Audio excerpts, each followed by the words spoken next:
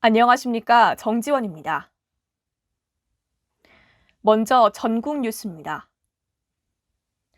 기독교 선교단체 시설인 경북 상주 BTJ 열방센터와 관련된 확진자가 대전에서 94명으로 늘었습니다. 대전시는 해외 선교 파견에 앞서 코로나19 검사를 받은 것으로 추정되는 50대 등 3명이 추가로 양성 판정을 받았다고 밝혔습니다. 이들 중 한 명은 정부가 대전시에 통보해준 BTJ 열방센터 방문자 명단에 이름이 있는 것으로 확인됐습니다. 충남 천안에서도 BTJ 열방센터 관련 확진자가 2명 더 늘어 누적 확진자가 10명으로 늘었습니다.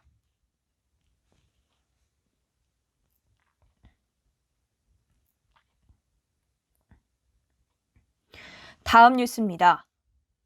방역당국이 문제가 없다고 발표한 황운하 더불어민주당 의원 대전 식사 모임과 관련해 경찰 수사를 요구한 민원이 대전 중부경찰서에서 대전경찰청으로 이송됐습니다.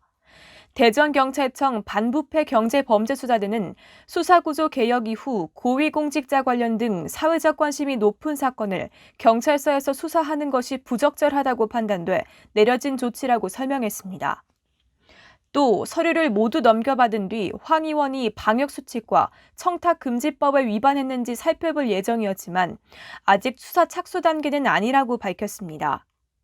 지난달 말 대전 중구 음식점에서 황 의원과 식사한 2명이 코로나19에 확진된 뒤 5인 이상 사적 모임 금지 위반 논란이 일었으며 방역당국 조사에서는 옆자리 손님들이 일행이 아닌 것으로 결론났습니다.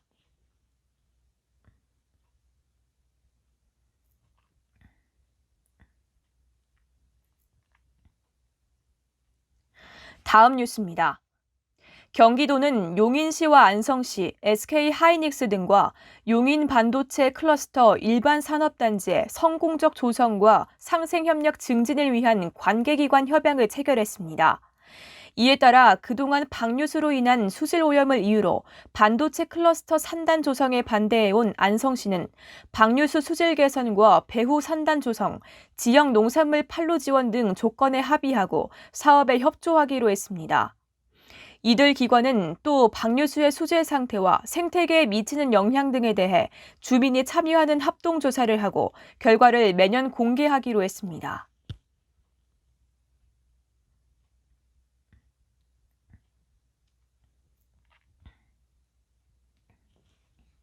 다음 뉴스입니다. 인천시 옹진구는 1년 이상 사람이 거주하지 않거나 방치된 주택과 건축물을 대상으로 철거 비용을 지원한다고 밝혔습니다. 옹진구는 농어촌 빈집 정비 사업을 통해 올해 25개 동을 대상으로 한 집당 150만 원에서 242만 원을 지원할 방침이며 철거를 희망할 경우 해당 면사무소에 신청서를 제출하면 된다고 밝혔습니다.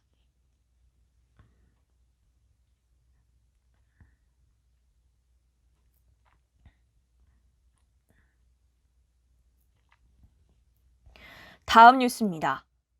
경기도는 현행 토지 임대부 분양주택보다 공공성을 강화한 분양형 기본주택 공급을 위한 특별법 제정을 국토교통부에 건의했습니다.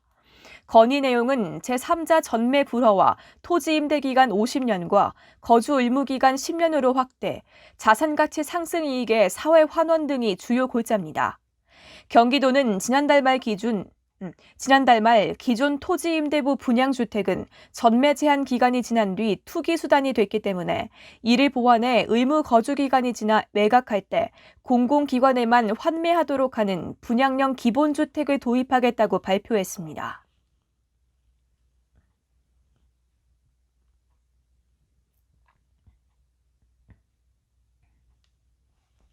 다음 뉴스입니다. 인천시는 반지하 주택에 거주하는 저소득층 세대에게 환풍기 설치를 지원한다고 밝혔습니다. 인천시는 오는 3월 말부터 기초생활수습과 차상위계층 처녀 가구의 신청을 받아 환풍기를 설치해줄 계획이라고 밝혔습니다.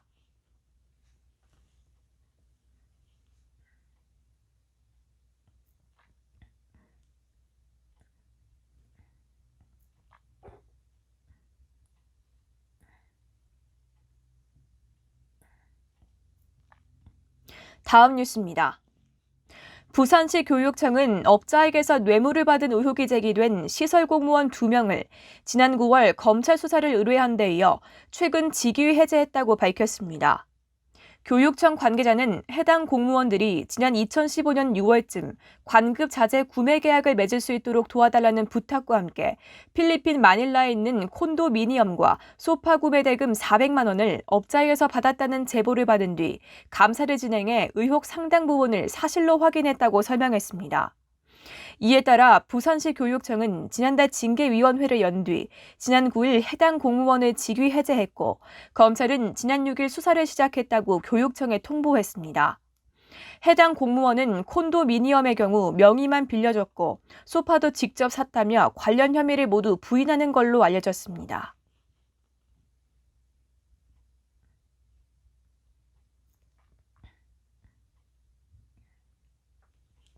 다음 뉴스입니다.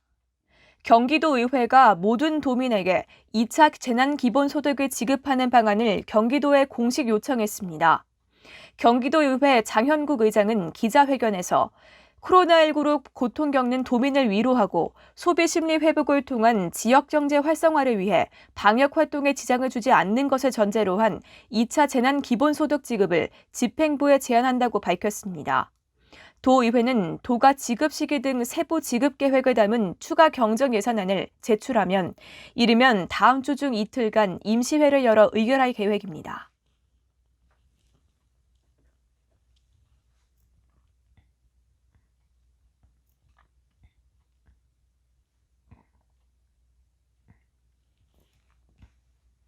다음 뉴스입니다.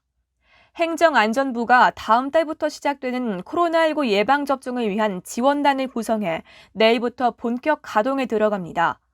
지원단은 지난 8일 출범한 질병관리청 대응추진단과 함께 지자체의 백신 접종 준비 등을 파악하고 현장 어려움을 해결하는 등의 역할을 합니다. 지원단은 상황 총괄, 현장 애로 처리, 접종 정보 안내 등 3개 반 27명으로 구성돼 백신 접종이 마무리될 때까지 운영됩니다.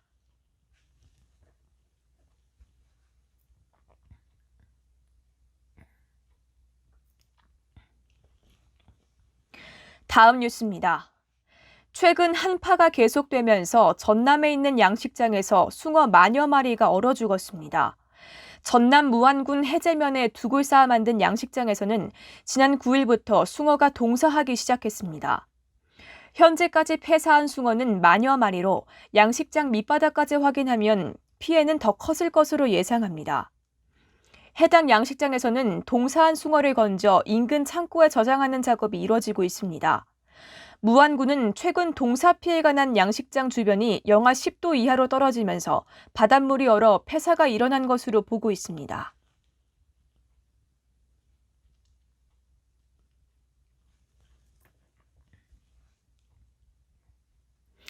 다음 뉴스입니다.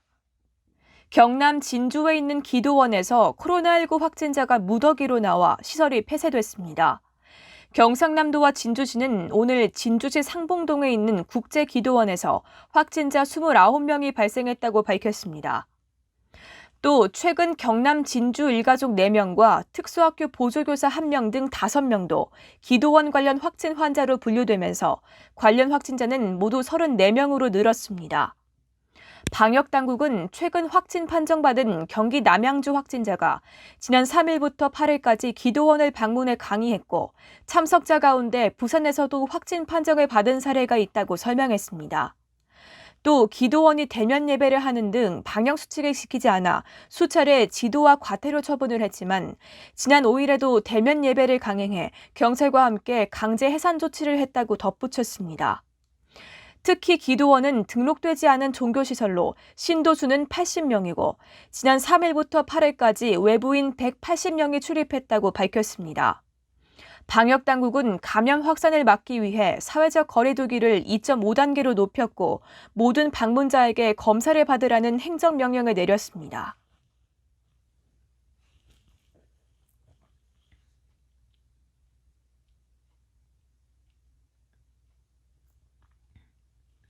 다음 뉴스입니다.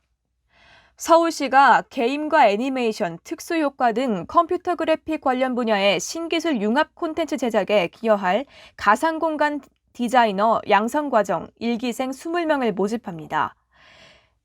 교육과정은 실무 분야를 중심으로 3주간 진행되며 서울시는 이후 교육 참여자에게 수료증을 발급하고 향후 관련 기업 면접 기회와 해외 실무자 1대1 멘토링 기회도 제공합니다.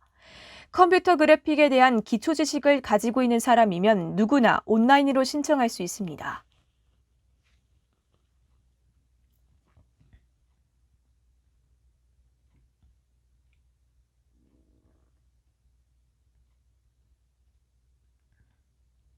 다음은 국제뉴스입니다.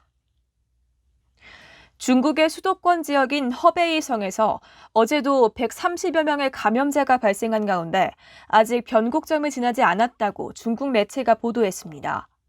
중국 보건당국은 어제 하루 허베이성에서만 확진자 82명과 무증상 감염자 49명 등 모두 131명의 감염자가 추가로 확인됐다고 밝혔습니다. 관변 매체인 글로벌 타임스 신문은 허베이 상황이 아직 변곡점에 도달하지 않았으며 추가 확산 우려가 여전해 향후 2주가 관건이라고 전했습니다.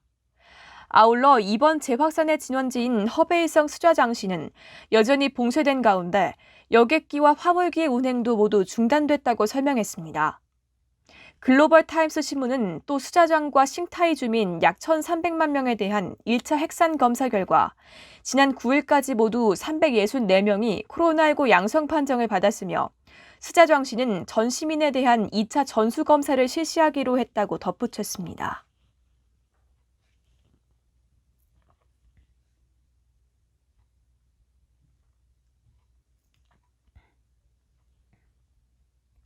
다음 뉴스입니다.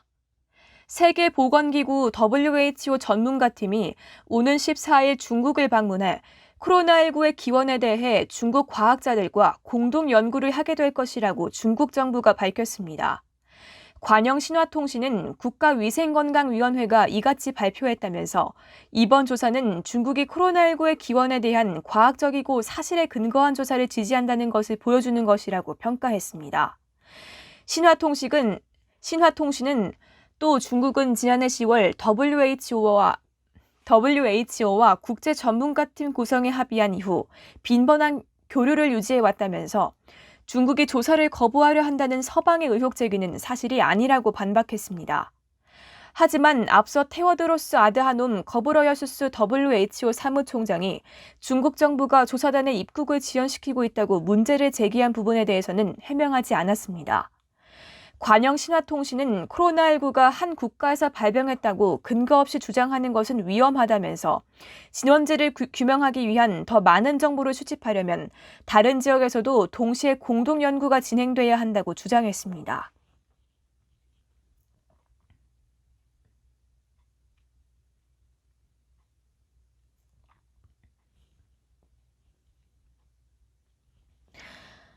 다음 뉴스입니다. 이란 반관영 메흐르 통신에 따르면 사이드 하티브자데 이란 외무부 대변인은 현지 시각 11일 기자 브리핑에서 최종건 외교부 1차관이 이끄는 한국 대표단의 도착을 언급하면서 동결 자산이 조속히 반환되기를 바란다고 말했습니다. 아울러 모하마드 자바드 자리프 이란 외무장관이 현지 시각 11일 오후 한국 내 동결 자산과 한국 케미 납품 문제와 관련해 한국 대표단과 회담할 예정이라고 밝혔습니다. 프랑스 정부가 한국 케미 억류 해제를 촉구한 데 대해서는 기술적 문제라며 반박했습니다. 하티브자데 대변인은 프랑스의 국제법을 존중할 것을 요구한다며 한국 배는 걸프 해역에서 해양 환경 오염으로 법원 명령에 따라 납포됐다고 말했습니다. 이어 이는 명백히 기술적인 사안이라며 이 문제를 정치화하려는 자들은 잘못된 방향으로 가고 있는 것이라고 덧붙였습니다.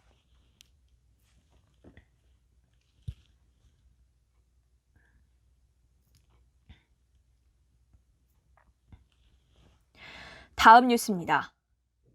북한에서 현재까지 13,000여 명이 코로나19 검사를 받았지만 확진자는 없는 것으로 보고됐다고 CNN이 세계보건기구 WHO 보고서를 인용해 보도했습니다.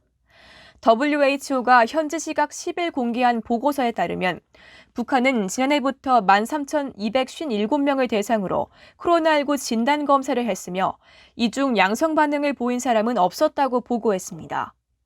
이번 WHO 보고서는 북한 내 15개 연구소에서 수집한 자료를 토대로 작성된 것이라고 CNN은 전했습니다.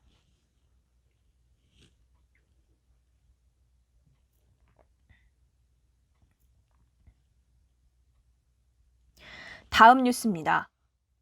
미국에서 살인과 총기 난사 등으로 복역 중이던 죄수 6명이 직접 만든 밧줄로 탈옥해 당국이 공개 수배에 나섰습니다.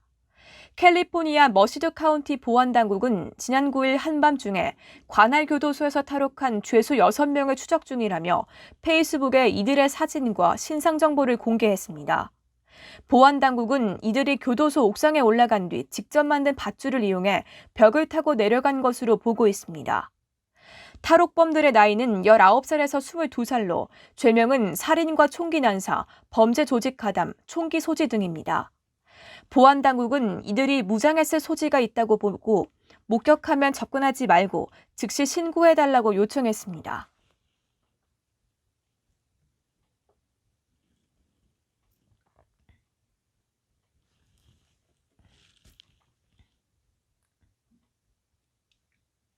다음 뉴스입니다.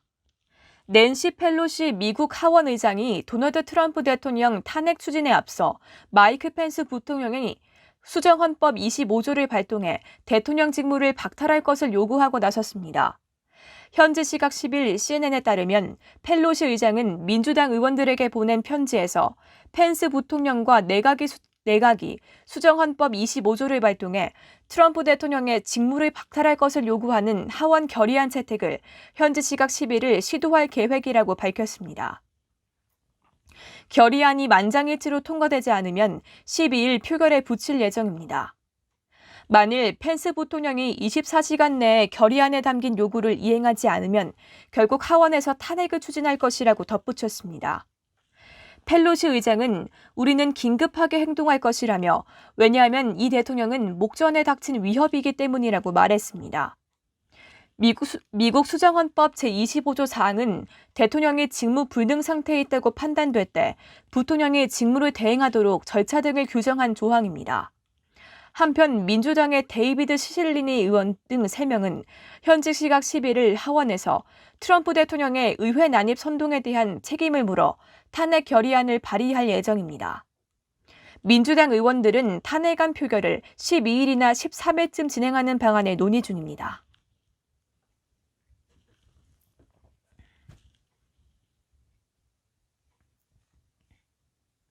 다음 뉴스입니다. 일본에서 기록적인 폭설이 이어져 8명이 숨지고 260여 명이 다치는 등 인명피해가 속출했습니다. NHK에 따르면 지난 7일부터 이어진 폭설로 니가타와 도야마, 후쿠이 등 일본 중북부 3개 현에서 오늘 오전까지 8명이 숨지고 266명이 다친 것으로 집계됐습니다. 사망자 중 상당수는 눈을 치우러 나갔다가 계속 쌓이는 눈에 매몰돼 숨진 것으로 나타났습니다. 또 일부 지역에서는 눈을 이기지 못해 나무 등에 쓰러져 마을이 고립되고 정전이 잇따르는 등 피해가 속출했습니다. 도야마현 고속도로에서는 지난 주말 한때 차량 1,500여 대가 계속 쌓이는 눈에 갇혀 자위대가 출동해 차량 견인과 연료 공급 등 현장 지원에 나섰습니다. 이번 폭설로 니가타현 일부 지역은 예년의 6배에 달하는 2.2m를 넘는 눈이 쌓였고 도야마와 후쿠이현에도 적설량 1m를 넘는 곳이 속출했습니다. 일본 기상청은 저기압의 이동에 따라 오늘 저녁부터 도쿄 등 동부 지역에도 눈이 쌓일 것으로 예상된다며 각별한 주의를 당부했습니다.